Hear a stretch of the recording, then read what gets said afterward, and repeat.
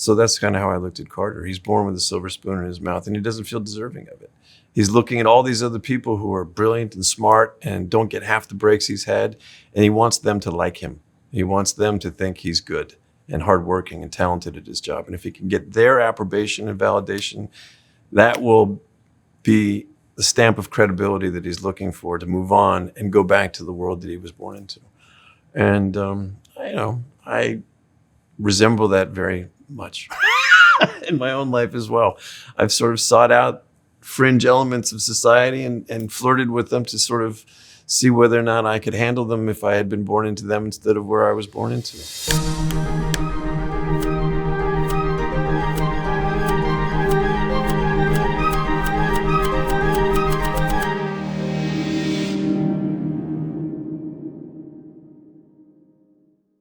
Feel free to introduce yourself. Hello, my name is Noah Wyle. I'm an actor, writer, and director, Los Angelino, and father, and husband, and half Jew, Gemini, 6'1", brown and brown.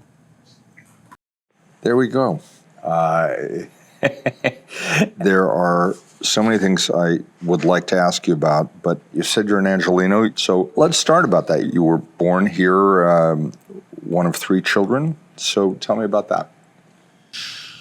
I am one of 3 children originally. My parents divorced when I was pretty young, and each of them remarried, and I have siblings from those subsequent marriages. So there's 7 of us all together, which, made for a fairly combative dinner table, which I think went a long way to making me pursue a profession that you literally have to sing for your supper to get any kind of attention. Each of us was talented in their own way. Some were smarter and some were better athletes. Some were funnier, some were better storytellers, but we all kind of found our niche as a survival instinct. So I credit that big Frankenstein family with a lot of my ambition and drive early. I was also born into kind of a family of artists in a lot of ways. My grandmother founded the Crafts and Folk Art Museum of Los Angeles in the late 50s. And our house was a bit of a salon. We always had people staying with us that were visiting artists or painters or sculptors, and we were always being taken to the theater or to gallery openings. And I was sort of marinated in a cultural soup that I didn't even know I was being marinated in until much later when I realized how atypical of an upbringing that was. So I was on the road to a lot of my destinations a lot earlier than I thought I was. Well, you were singing for your supper. Were you acting for your supper too? I mean, we would put on a lot of plays, we had a lot of cousins. We were always putting on shows. My eldest sister was sort of the ruler of the roost. She was an early director of mine. And I was extremely malleable and very directable, even back then. So I was just sort of game for whatever was going on. Do you have an epiphany moment that you can conjure of, wait a minute, I really like this.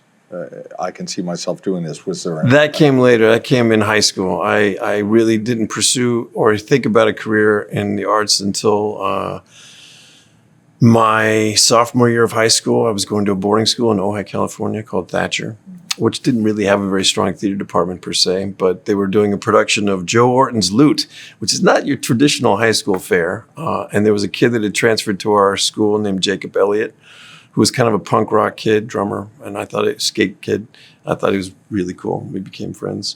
And he said, we should go audition for the play, kind of as a joke, we'll make fun of all those guys. I said, yeah, let's go.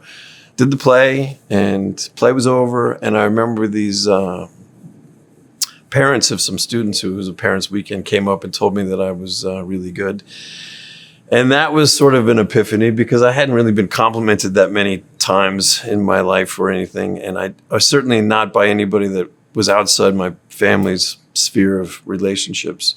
And a couple of my peers also paid me the compliment. And I just chased that dopamine hit for the next 45 years, It's funny because we've both known people, and I can think of one, Stephen Stills. And Stephen, the more applause he gets, the less he trusts it.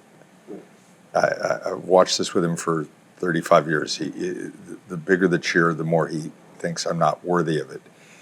Did you ever have that dissonance of? Well, totally, because I expected a very slow and satisfying career. I didn't have any big expectations of fame and fortune, and the idea of being a journeyman seemed really attractive to me. That sort of citizen of the world, licensed to study anything because it might be applicable to the role you might be finding yourself in. This sort of circus life of creating family wherever you find it on the job that you happen to be doing, and moving on and having variety be the spice of life was really, and still is, extremely attractive to me.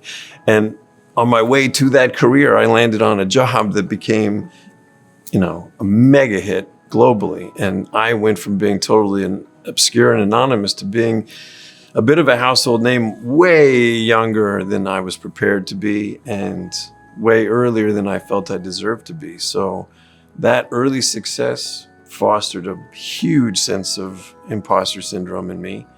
And I knew so many people that were more deserving of the success and the accolades and the money than I was at the time. People who had never gotten a break, still haven't gotten a break. And so I immediately thought, I need to democratize this success. I need to amortize this among everybody that I know in order to feel a bit more deserving of it. And what time is it? I've only recently started to unpack all that and sort of stop doing that as a means of deflecting something that, I was part of. Well, that's half a life ago. You were, what, 24 when you did ER? Yeah, I think I turned 22 when we shot the pilot. I used to say I was living in an apartment with a cat and a ficus. And I walked off that show 15 years later, married with 2 kids in every circumstance, every relationship, everything was totally different. Totally different. Jumped on one train, one man got off the train, totally different guy. Television's something that reflects and effects as a medium.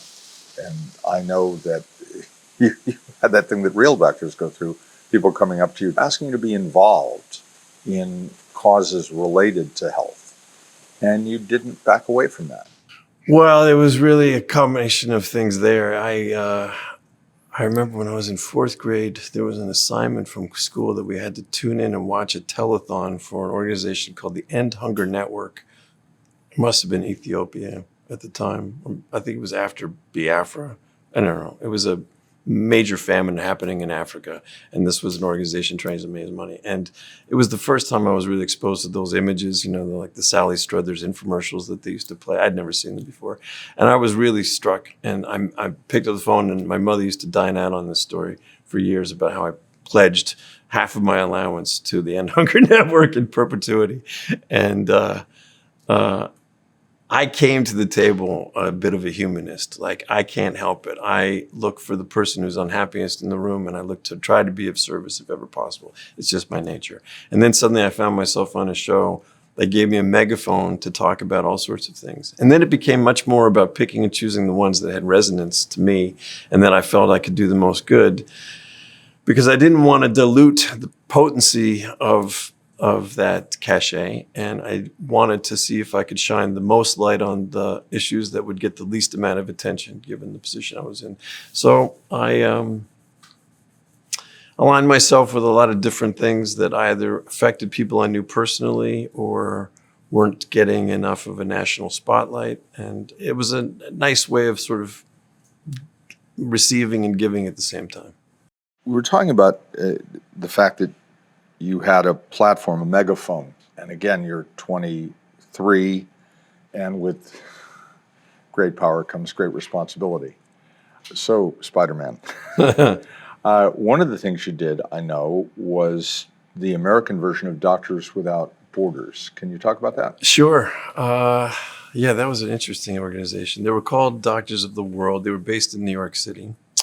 And they were running project sites as far-ranging as Chiapas, Mexico, to St. Petersburg, Russia. And ostensibly, it was an organization of American physicians that were going anywhere in the world where American physicians could be of service, mostly war zones and places that were being visited by tragedy. And this was in the early 90s during the war in Kosovo when I got on their radar. And they asked me if I would be willing to go to visit a camp that they were running outside of Skopje, Macedonia, for these Kosovar Albanian refugees that were streaming across the border. And I said yes, and I went. And sorry, I get a little bit. It was a heavy.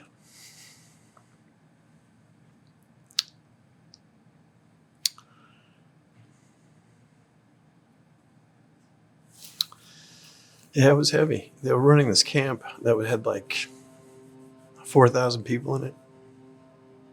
Mostly old people and kids because all the able-bodied men were fighting. And it was horrific, to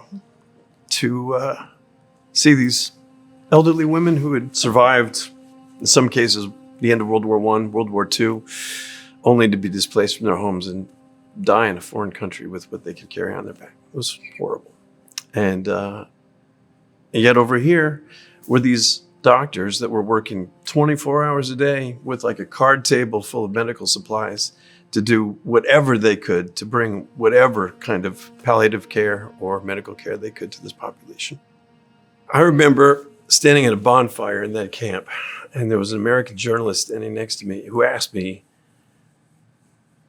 why I was there. Another guy next to me said, use the starfish on the beach analogy. And I hadn't heard it before, which is, little kids on a beach and it's littered with starfish that have washed up on the shore. And he's frantically throwing them back one at a time as fast as he can to save them. And the guy walks up and says, what are you doing? You can't possibly save all these starfish. There's so many of them. It doesn't make any difference what you're doing. And the kid picks up another one and says, it makes a difference to this one and throws it.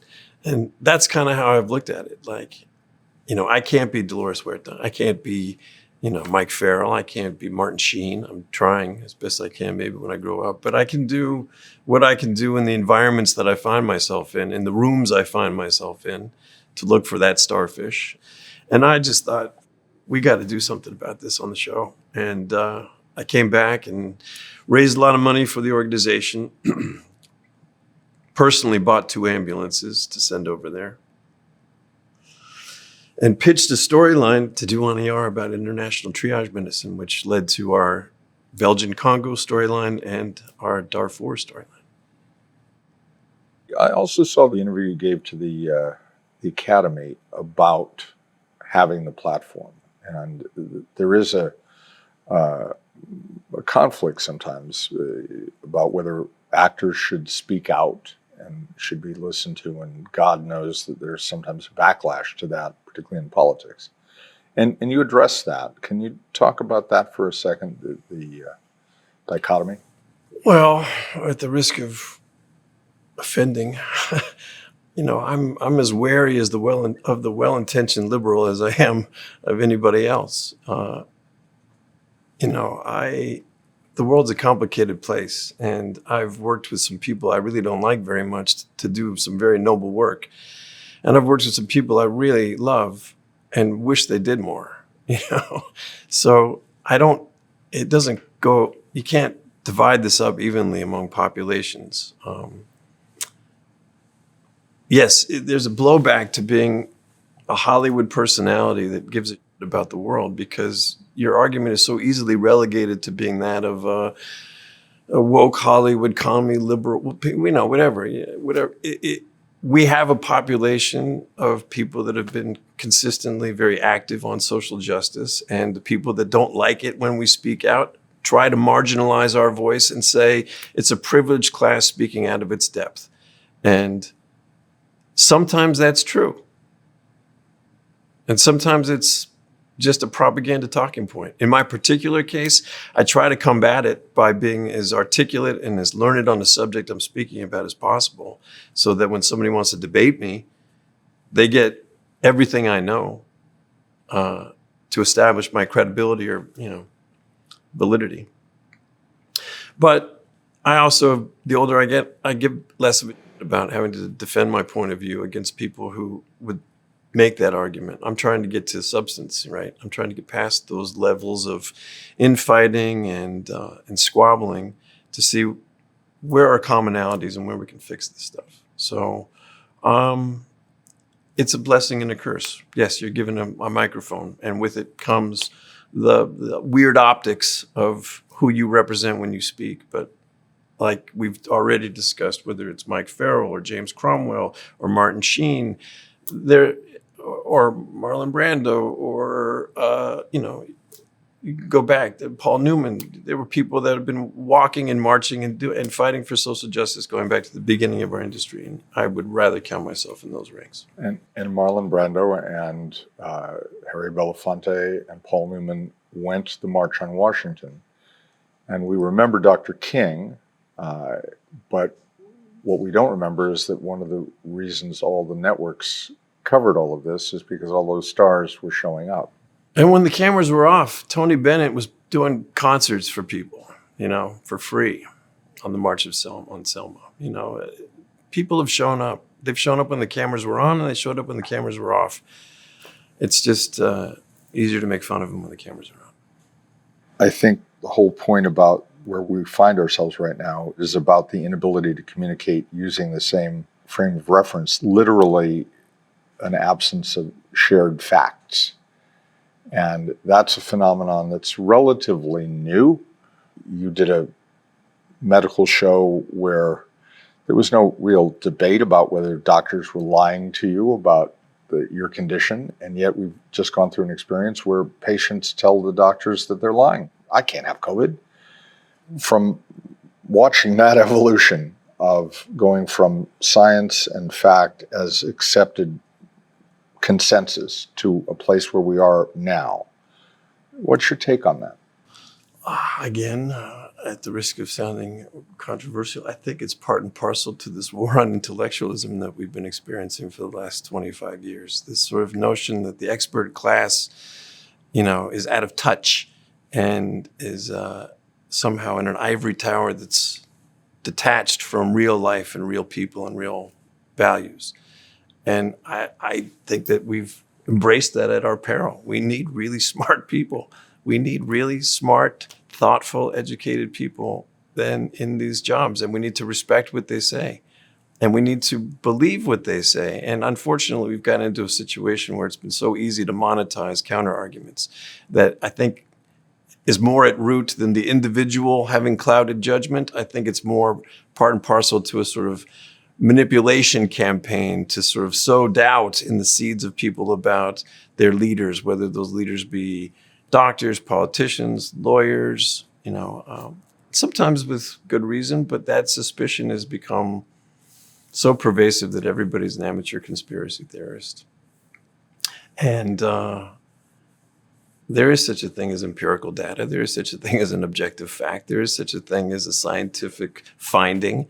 These things aren't open to debate or interpretation. They're open to review and further analysis and refinement, but the nature of their existence as a fact is not called into question. It's that great line, you're entitled to your own opinions, but not your own facts. We're living in a world where everybody feels that those are synonymous terms, that because I have the feeling, it is established fact. Have you ever thought about going into public life as an elected? No. And why?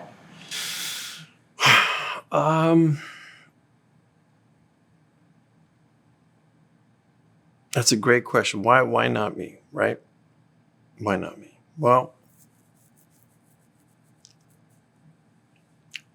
I find the process ultimately compromising in a way that would make me uncomfortable. I find the salesmanship and the self-promotional aspect of it to be distasteful.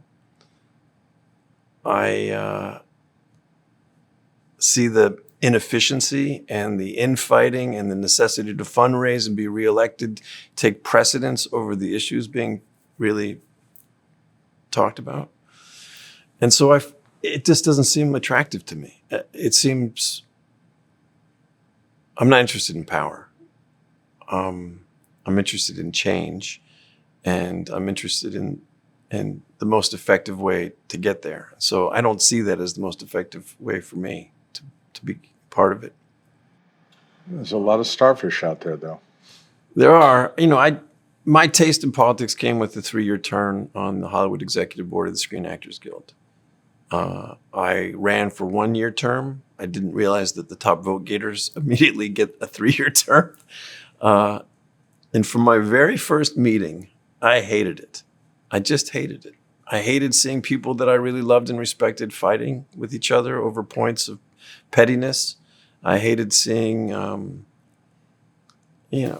just all the mismanagement and the bloat and unnecessary stuff going on. And it really depressed me. And we were really trying to push some really progressive stuff way earlier than it finally got passed. And when it got passed, it didn't have any teeth and it didn't look anything like we wanted it to. It was a perfect microcosm of a bill making its way through and ending up pork-laden and sort of almost counterproductive to the exercise. And I'd rather figure out a more effective way. Well, you talked before, and I do want to come back to it, about using ER as an opportunity and your character's arc. Yep. I've seen you say that Carter felt rather like you described yourself, as someone who came from a background where he was very lucky and hadn't been tested in reality. So you suggested that the character go to the Congo, go to Darfur, and he changed and you changed, right? It's sort of, if you know your Shakespeare, it's Henry IV, Part 1.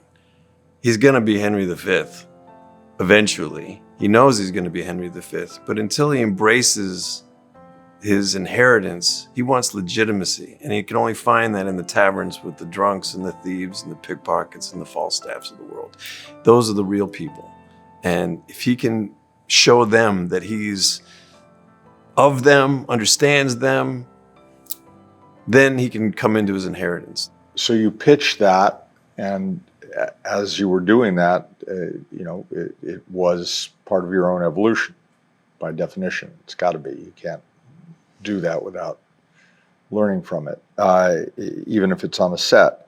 You talked before about the doctors' organization, but you were on the board of Human Rights Watch. That became something important. I joined the board of Human Rights Watch not that long after I got back from Macedonia with Doctors of the World, because I was able to observe the work they were doing in the camps as well. The way the work in the camp is conducted is a family would be brought in off of a bus and they'd be immediately medically assessed. And then they would be given a tent and they'd be given some food. And once they were settled, then a doctor, along with a representative from Human Rights Watch, in this case, would go to the tent and do an interview of sorts. And the interview would start off very generic, how do you feel? Do you have everything you need? And then it would say, is all your family here with us today? And then you'd get the beginning of the story of who's not there. And then you get the beginning of the story of the journey. And then you get the beginning of the story of what happened to them before they left. And the purpose of those interviews was to basically document the war crimes that were taking place, to use them in the upcoming trial against Milosevic. And so this was law and medicine working hand in hand to bring justice. And I really loved the way that they conducted those interviews, because there was a psychiatrist there too, to make sure that first and foremost, this wasn't triggering, that this was part of a healing process, and that it was a part of a justice process, and that they understood that very clearly. So I came back, and through a writer friend of mine, Jonathan Mark Feldman, who I'd worked with, I'd been invited to the Human Rights Watch dinners many times and been a donor, but they asked me to be on the California board, and I jumped at the chance and was an active member and fundraiser for them for years. It takes a village of people who can get the attention of an increasingly bifurcated group of people. But let's not talk about people. Let's talk about my favorite sentient beings, animals, who I've discovered at this stage I like better than people generally. Yeah, took you long enough. So you worked a lot. You work with the World Wildlife Fund. You've been an activist in that Well, area let's too. start with my name. When you're born with the name Noah, kind of goes with the territory. I apparently told my mother when I was a young man that the only ambition I had in life was to live by myself on top of a mountain with a billy goat. And I married a Capricorn, and I live on top of a mountain with her, and we've got a lot of animals. So dream fulfilled. We always had pets growing up: dogs, cats, hamsters, catch snakes, that kind of thing. But I didn't get into animal rights and animal rescue until much later. And What did that? What got you there? well, it may have been James Cromwell. It may have been Jamie. Jamie got me involved pretty early on with an organization, and they were basically going and shutting down meat processing plants and rescuing animals and finding places to put them. And I had this big piece of property up in San Ynez, so I was taking all these animals that were being rescued off of highways and things. So I had cows and chickens and pigs and emus and all sorts of I still have a few. If this is the message to your kids as adults and maybe the grandkids, what do you hope they're hearing and seeing and feeling? What's your hope? Are you optimistic? I would love.